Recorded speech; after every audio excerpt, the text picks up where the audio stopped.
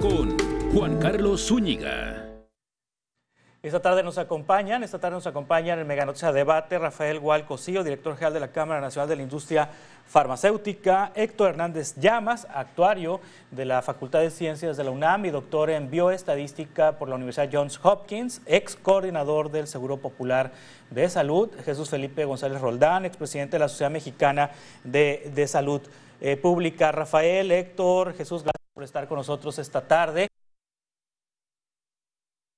Lo que ha sido la operación, los primeros meses, Mega Farmacia del Bienestar. Rafael, son los primeros meses. ¿Habrá evidencia en este momento como para suponer que el proyecto de la megafarmacia pudiera cumplir los objetivos con los que se planteó su creación en las próximas semanas, en los próximos meses? Es decir, ¿es una idea que se puede concretar en lo sucesivo, Rafael? Gracias, Juan Carlos. Un gusto saludarte. Buenas tardes.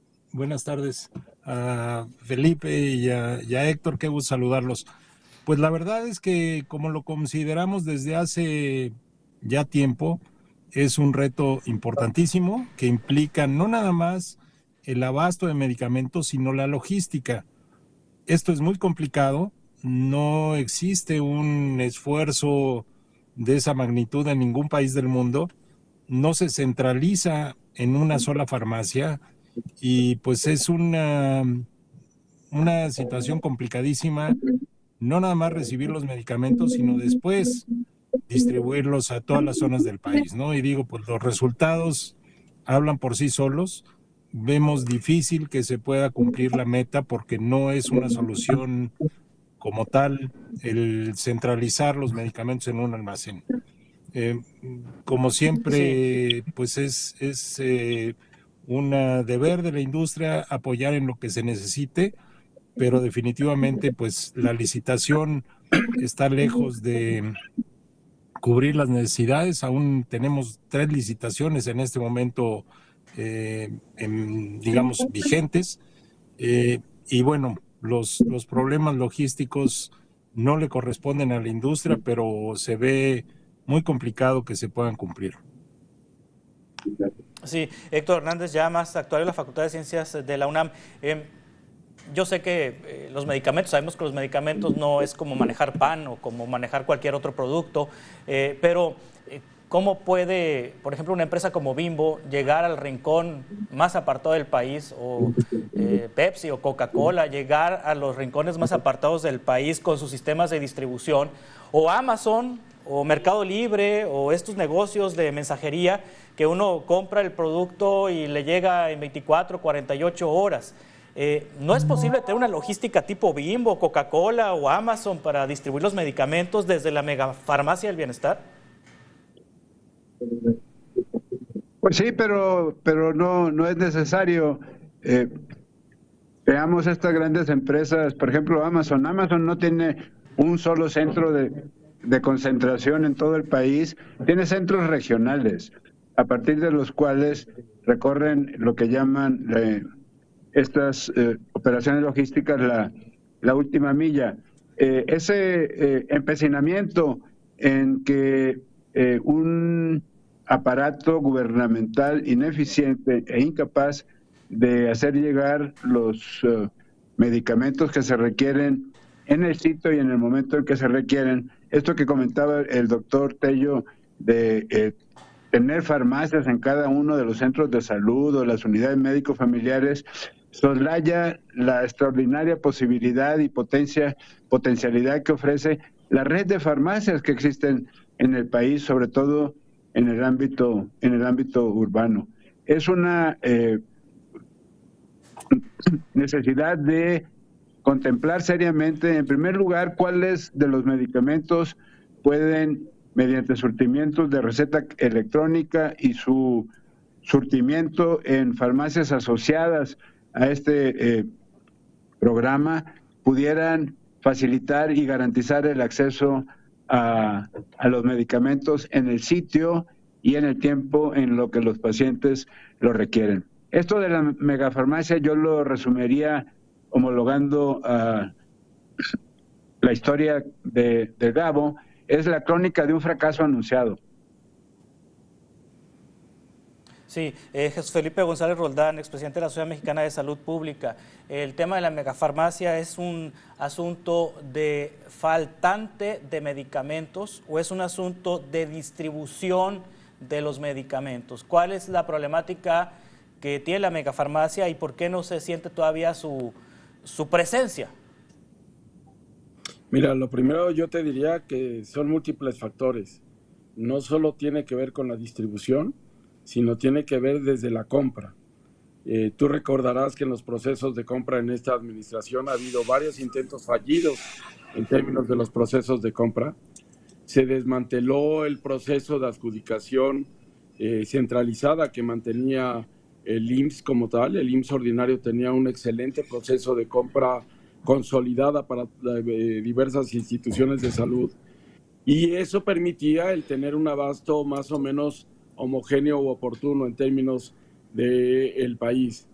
Si tú recuerdas, primero se le achaca un sobrecosto en distribución o un porcentaje que se estaba pagando en distribución, a todas luces erróneo y falso. Se hablaba de un 30% del total del precio de un medicamento se iba en distribución.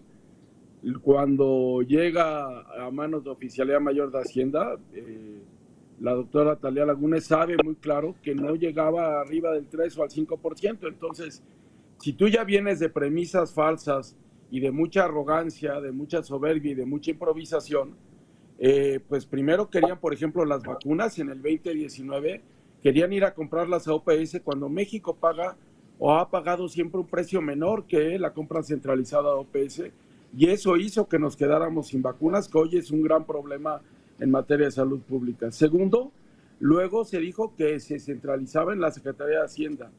Luego se dijo que la iba a comprar la UNOPS, que lo iba a comprar el INSABI, que crearon y que ya no existe. Y luego ahora el tema de la megafarmacia. La realidad es que la población no está teniendo acceso a medicamentos, que hoy está gastando más de su bolsillo para poder adquirir los medicamentos.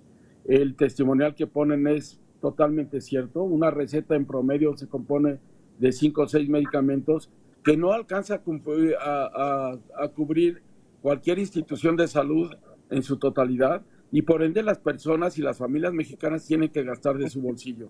Hoy se considera que alguien que es dependiente del ISSSTE, que son los trabajadores del Estado, los maestros, médicos, la burocracia como tal, está gastando alrededor de 10,000 pesos de su bolsillo en términos de poder beneficiar su salud, y un derechohabiente del IMSS en su régimen ordinario alrededor de 6,000 pesos. Por todo el fracaso, yo hice la compra de medicamentos a Birmex. Cuando alguien no conoce la historia de las instituciones, pero sobre todo la estructura y el funcionamiento de las organizaciones, Birmex se encargaba de comprar vacunas no más allá de 25 y no podía.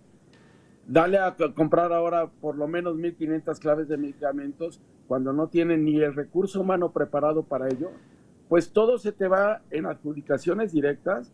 Si bien Rafael señala que hay 3 procesos de licitación, el 90% acaban en adjudicaciones directas, y hoy se está pagando más por un medicamento de promedio que hace 6 años de manera muy clara. En el sexenio de Peña Nieto se acabó con un precio promedio de 30 pesos por un medicamento. Hoy lo estamos comprando en 80 pesos y más adelante te puedo dar alguna serie de datos puntuales sobre esto.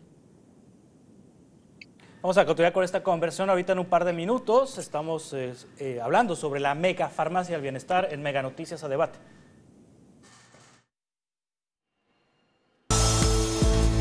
A Debate con Juan Carlos Zúñiga. A Debate con Juan Carlos Zúñiga.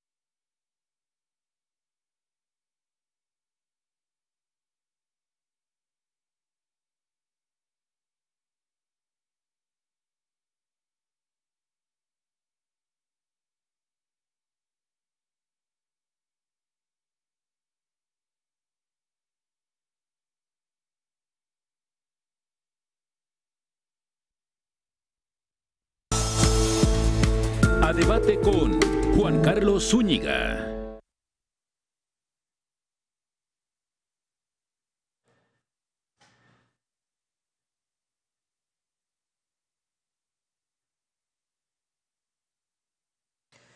$300,000 mexicanos no debieron morir por la pandemia, así lo concluyó el informe independiente sobre COVID. La mega farmacia en la que se gastaron 3,000 millones de pesos solo surte 3 recetas al día, pero en esta crisis de salud hay quienes sí han sacado provecho. Una investigación de Latinus reveló una red de tráfico de influencias entre los hijos del presidente y sus amigos. En este sexenio, Amílcar Olán se volvió empresario millonario, es íntimo amigo de Andy y Bobby López Beltrán. Ha logrado contratos con información privilegiada para adjudicarse licitaciones en el Tren Maya, Pemex y Refinería de Dos Bocas. Ahora controlan la compra de medicamentos en el sistema de salud del gobierno con el apoyo del director del IMSS Bienestar, Alejandro Calderón. Tan solo en Tlaxcala, por la venta de un fármaco, obtuvieron un contrato por casi 76 millones de pesos. Sí, Alejandro me había dicho a Lipi para allá a su casa a cenar, para que platicáramos allá, porque él viene llegando de Nayarit y hay que hacer equipamiento allá. Yo soy experto en salud. Claro, papá. Soy experto en salud. ¿Te dieron la otra? piezas o 72,000 ahorita? No, Ahorita nos dieron, a ver, salieron 150. Ajá. Ok, de los cuales 50 era para de ahí, para gente de ahí, y 100 para nosotros. Ajá. Salieron 2 folios, uno de 76,000 piezas en Tlaxcala, que ya lo cotizamos y todo, ya está listo, ahorita están firmando el contrato. ¿Ok? O sea, ese ya no lo dieron a nosotros. Ese ya, sí. ¿Y a qué precio quedó? Lo que tú me dijiste, 999. Ok. La mega farmacia del presidente es otro fracaso de su administración, ya que no cuenta con el número de medicinas que a diario se consumen en México, al punto que ya reconoce que hay desabasto de medicamentos. Es lo que señala Héctor Jaime, diputado federal del PAN, en entrevista con Mega Noticias. Que teniendo un inventario de 2 millones de piezas, pueden tener todos los medicamentos para surtir al país. ¿Cuánto consume el sector público de este país por día? Debe de consumir 5.5 millones de piezas, es decir, casi 3 veces las que tienen ahorita. Y ese almacén tendría que llenarlo y vaciarlo por día 2 veces. La política del presidente hoy reconoce claramente que no ha tenido abasto de medicamentos. Todo esto le está costando mucho más dinero a los mexicanos y en muchos de los casos, con pena, la vida a muchos mexicanos. Continuamos en Mega Noticias Debate con Rafael Gualcocío, Héctor Hernández Llamas, Jesús Felipe González Roldán. Rafael, ya está la inversión, ya se gastó, ya está ahí el proyecto. ¿Qué debe hacer la próxima administración federal, independientemente de quién gane la presidencia, con esta megafarmacia? Mira, a ver, yo te diría, Juan Carlos, la verdad es que no tiene ningún sentido acumular medicamentos. Los medicamentos tienen que estar en las farmacias. Ya lo mencionaba Javier Tello y lo menciona, aunque lo que mencionaba yo, hay en este momento 3 licitaciones vivas. O sea, la que hizo el INSABI en su momento, que ya desapareció, como ya lo mencionaron. La segunda fue la que hizo el IMSS Bienestar, y la tercera es la que tiene Birmex en este momento, todas ellas para cubrir 2024, pero ya estamos en mayo y todavía no hay abasto de medicamentos de esta última licitación. Se están abasteciendo de las otras licitaciones que fueron insuficientes, o sea, fue la primera licitación del INSABI, luego una complementaria del IMSS Bienestar y esta tercera de Birmex.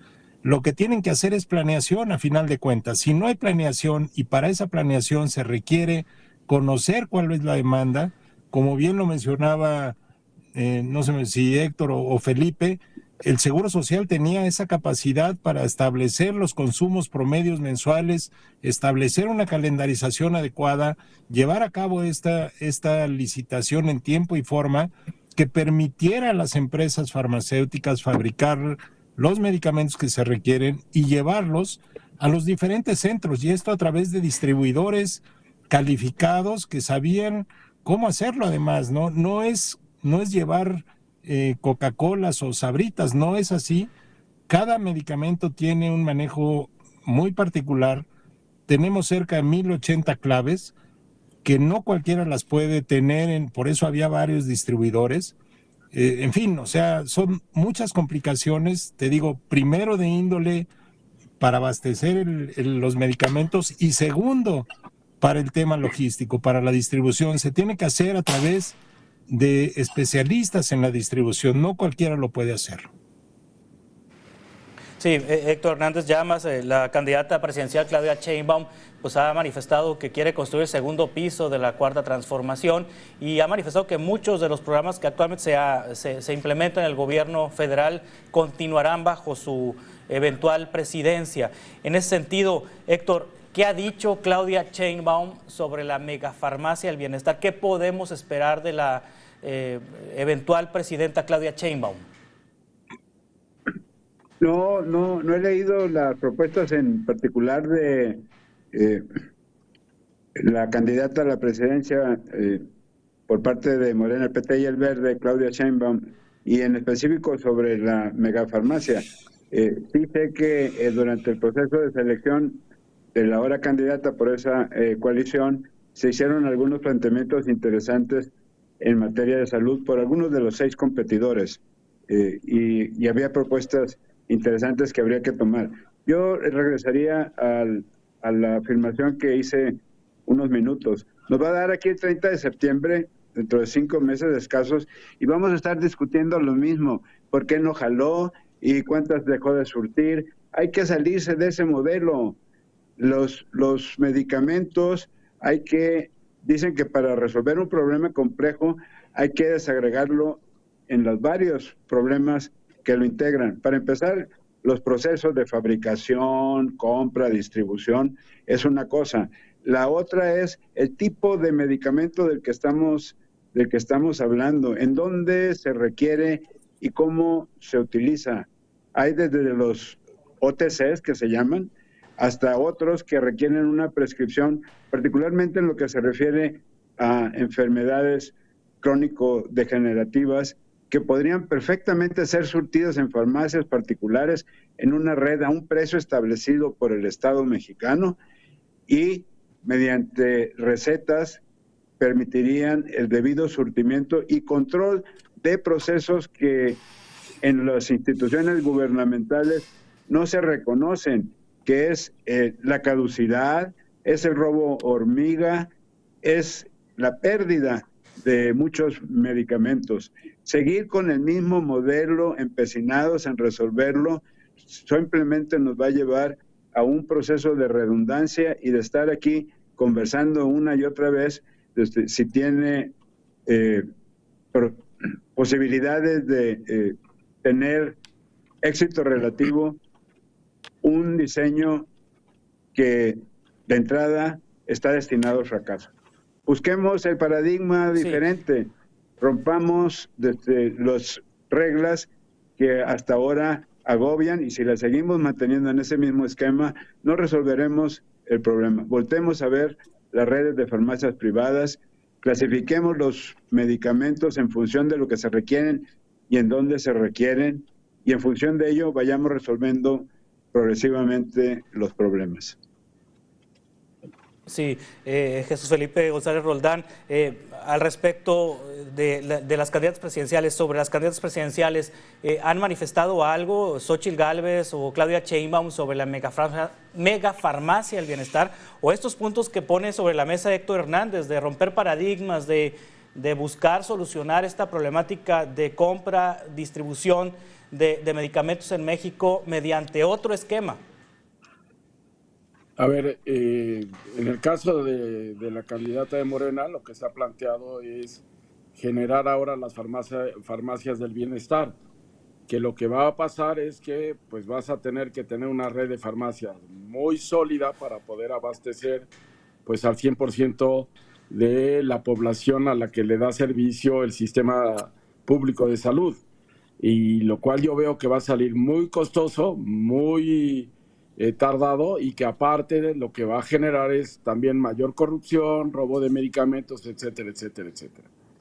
Dos, En el caso de la candidata Xóchitl Gálvez de la coalición Fuerza y Corazón por México, lo que ha planteado de manera inmediata es generar la tarjeta Mi Salud, en donde a través de una tarjeta donde puede estar toda tu información, pues esa tarjeta te sirva para acudir a una farmacia privada y que te den el medicamento como tal. Yo te diría que modelos hay múltiples y que van a funcionar en la medida y en el grado, primero que haya un gran consenso nacional. Y para que haya un consenso nacional tú tienes que convocar a todos los sectores involucrados, cosa que no ha pasado. O sea, tú tendrías que involucrar tanto a las instituciones de salud como también a la industria farmacéutica, Canifarma, AMIF, etcétera, a FAMEL, a cualquier tipo de asociación, y tendrías que también convocar a lo que serían las partes de la academia o de las universidades que hoy no los tienes sentados a la mesa y que inclusive en la composición del Consejo de Salubridad General los has dejado fuera. Segundo, tienes que ver la solución en el corto plazo, porque ya es un problema que está costando dinero a las personas, pero lo más importante es su salud. Un paciente crónico no transmisible, por ejemplo, alguien que tiene diabetes, que no le dan su medicamento de manera adecuada, de manera cotidiana, pues va a ser un paciente que va a tener más complicaciones, le va a salir más caro las complicaciones, pero aparte tiene una alta probabilidad de morir por falta de abasto de medicamentos. Entonces, ahí yo veo lo grave. Creo que también tienes que tener una visión por niveles de atención. En el primer nivel de atención se atiende el 95% de los padecimientos y ahí requieres solo de 165 fármacos esenciales que necesitarías para ese primer nivel de atención. Para el segundo nivel necesitas alrededor de 500 claves y para el tercer nivel las más de 1000 claves que señalaba Rafa. Entonces, creo que aquí lo importante es también identificar esta parte. Si tú ves en cualquier alternativa, y ya lo mencionaba Héctor, pues no son soluciones centralistas como está pasando hoy, sino son soluciones de fortalecer la capacidad regional, estatal o más allá. Y te pongo un dato clave que se nos olvida de repente. México tiene en el primer nivel de atención alrededor de 12.500 centros de salud o clínicas, ya sea de las secretarías estatales, ahora del IMSS Bienestar o de lo que sería el IMSS, pero el 80% de estas está en el ámbito rural, con un esquema de hace 70 años, cuando hoy el 80% de tu población está en área urbana.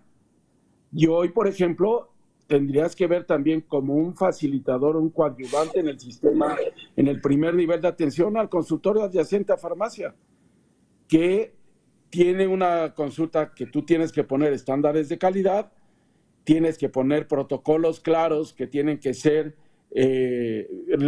ahora sí, con rectoría del gobierno federal, pero tienes que dejarlos operar y a lo mejor te puede salir más barato el hecho de poder inclusive que tú absorbas el costo de la consulta en ese consultorio adyacente y puedes también absorber, como bien señala Héctor, el costo de los medicamentos para esos 95% de problemas de salud que se van a resolver ahí y seguramente te va a costar más barato.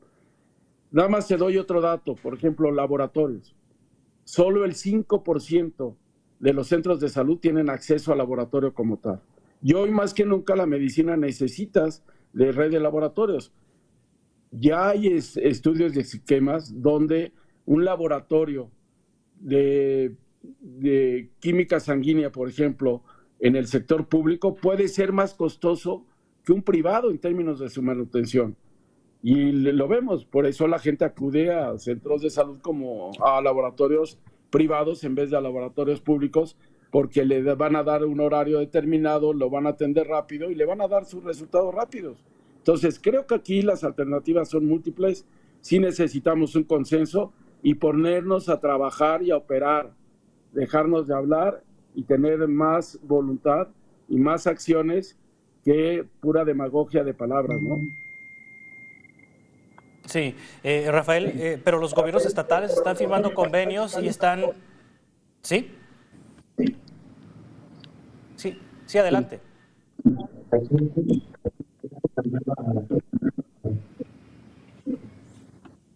A ver, no alcanzo a escuchar. Bueno, hoy con Rafael Gual-Cosío, director general de la Cámara Nacional de la Industria Farmacéutica. Ahorita mencionaba Jesús Felipe González la importancia de fortalecer a estados en este tema, pero los estados están firmando convenios en donde están cediéndole pues los hospitales, los centros de salud, prácticamente sus sistemas estatales de salud al IMSS Bienestar justamente, y está asumiendo esto el gobierno federal. Están los estados perdiendo esta capacidad que tenían de tener su propio sistema de salud, Rafael. Esto también creo que es, a decir de Jesús Felipe González Roldán, contraproducente a lo que se está buscando, de que haya medicamentos, de que haya distribución, de que la gente tenga posibilidad de resolver sus problemas de salud. Sí, es correcto. Estamos hablando de un esquema que ya se probó, que fue cambiado desde tiempos del doctor Soberón a un esquema descentralizado donde cada estado podía llevar a cabo esta función de cuidado de sus habitantes, y que en estos momentos el volver a centralizar los temas pues es volver al pasado, ¿no? A final de cuentas ya vimos que es fallido el esquema, digo, quitar el seguro popular, instaurar el INSABI, que después desaparecen, en fin, o sea, son complicaciones que bien mencionaba Felipe. Se han dado 6 procesos diferentes, todos ellos fallidos, y que pues no han dado los resultados, entre ellos también la centralización de estas decisiones desde nuestro punto de vista pues no llevan a un buen fin. A final de cuentas, y yo destacaría otra parte muy importante que se mencionó, se necesita diálogo de todos los actores que intervenimos en la cadena. O sea, no se pueden tomar decisiones centralizadas sin consultar a todos aquellos que tenemos que intervenir en este proceso. Es un sistema de salud, donde habemos muchos que tenemos que decir las cosas. El diálogo pues no fue una característica de este gobierno. Esperemos que el próximo, sobre todo con los 2 personajes que están a cargo digamos, encargados del tema de salud de las candidatas, pues se pueda mantener este diálogo, ¿no? Son personas inteligentes, son personas que conocen, y que esperemos que pues en un futuro se pueda seguir este diálogo que ha sido constructivo en esta etapa con el equipo de transición posteriormente, llegue quien llegue. Sí, ¿me recuerda los nombres de estas 2 personas, Rafael? Sí, por supuesto, es Héctor Jaime Ramírez Barba, que ustedes lo entrevistaron, y David Kersenovich por parte de la candidata Sheinbaum. Vamos a continuar con esta conversación ahorita en un par de minutos.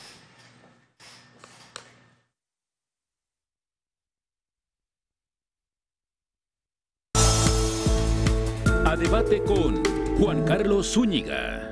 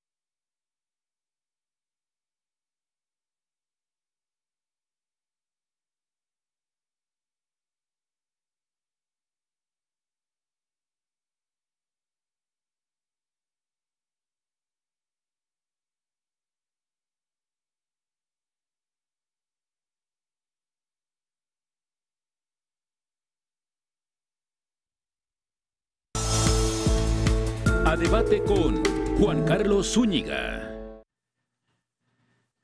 Continuamos en Mesa de Debate con Jesús Felipe González Roldán, Rafael Gual Cosío. Jesús Felipe, estas dos personas que están en los equipos de Claudia Sheinbaum y de Xóchitl Gálvez, ¿están en esta lógica que usted planteó ahorita de romper paradigmas, de cambiar paradigmas? A ver, como bien decía Rafael, los dos son personas que han estado en el sistema, ya han vivido lo que es el sistema de salud público, conocen el sistema de salud público. Uno fue secretario de salud de un estado, de Guanajuato, Héctor Jaime, aparte funcionario a nivel federal en diversas instituciones. Y el doctor Gersenovich, pues conoce porque fue director general del Instituto Nacional de Nutrición. El problema yo lo veo más complejo, ¿no? El problema es qué va a cambiar en términos de modelos si nos están prometiendo, por un lado, continuidad en términos de la 4T, de construir ese segundo piso de la 4T, cuando lo que se ha visto es que todo intento que han tenido, por lo menos ya señalaba Rafael, 6 ocasiones, pues han fracasado por la falta de diálogo, por la falta de consenso y por la improvisación, y hay que decirlo así. Y creo que aquí lo más importante es tener esa apertura de diálogo, de fomentar el consenso y de sobre todo encontrar la mejor solución que tenga el menor impacto en las finanzas públicas como tal, pero que sobre todo dé el acceso a medicamentos. Y te pongo otro gran problema que traemos, que se habla muy poco. En esta administración, por primera vez, se ha adolecido de la importación de materia prima para la fabricación de varios medicamentos, porque se requiere de la autorización de COFEPRIS, de la Comisión Federal de Protección de Riesgos Sanitarios, y hoy ese COFEPRIS tiene más de 50,000 trámites parados, muchos de ellos ya con 4 o 5 años sin resolución. Entonces, un gran problema va a ser también la autoridad regulatoria para permisos de importación de materia prima, permisos de importación de medicamentos, etcétera. Y ese es otro gran cuello de botella que requerimos de una inmediata solución, sobre todo para tener el abasto suficiente. Por primera vez en lo que yo tengo más de 30 años de trabajar en el sistema público, por primera vez tú ves que cadenas de farmacias privadas sacan listados de medicamentos casi cada semana señalando a los cuales no tiene o no puede abastecer por la falta de este medicamento, la falta de materia prima, a pesar del esfuerzo de la industria farmacéutica por abastecerlos.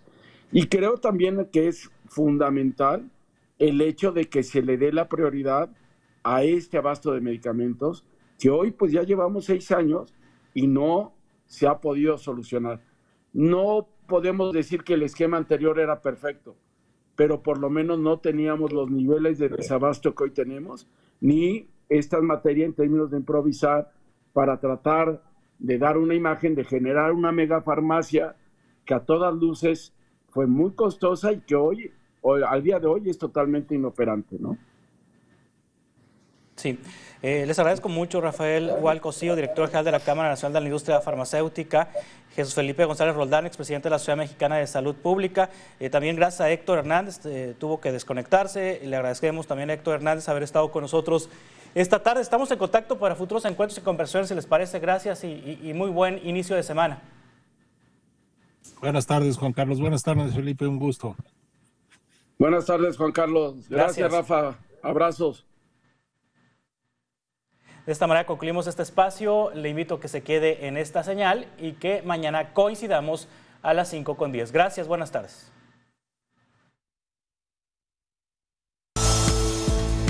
A debate con Juan Carlos Zúñiga.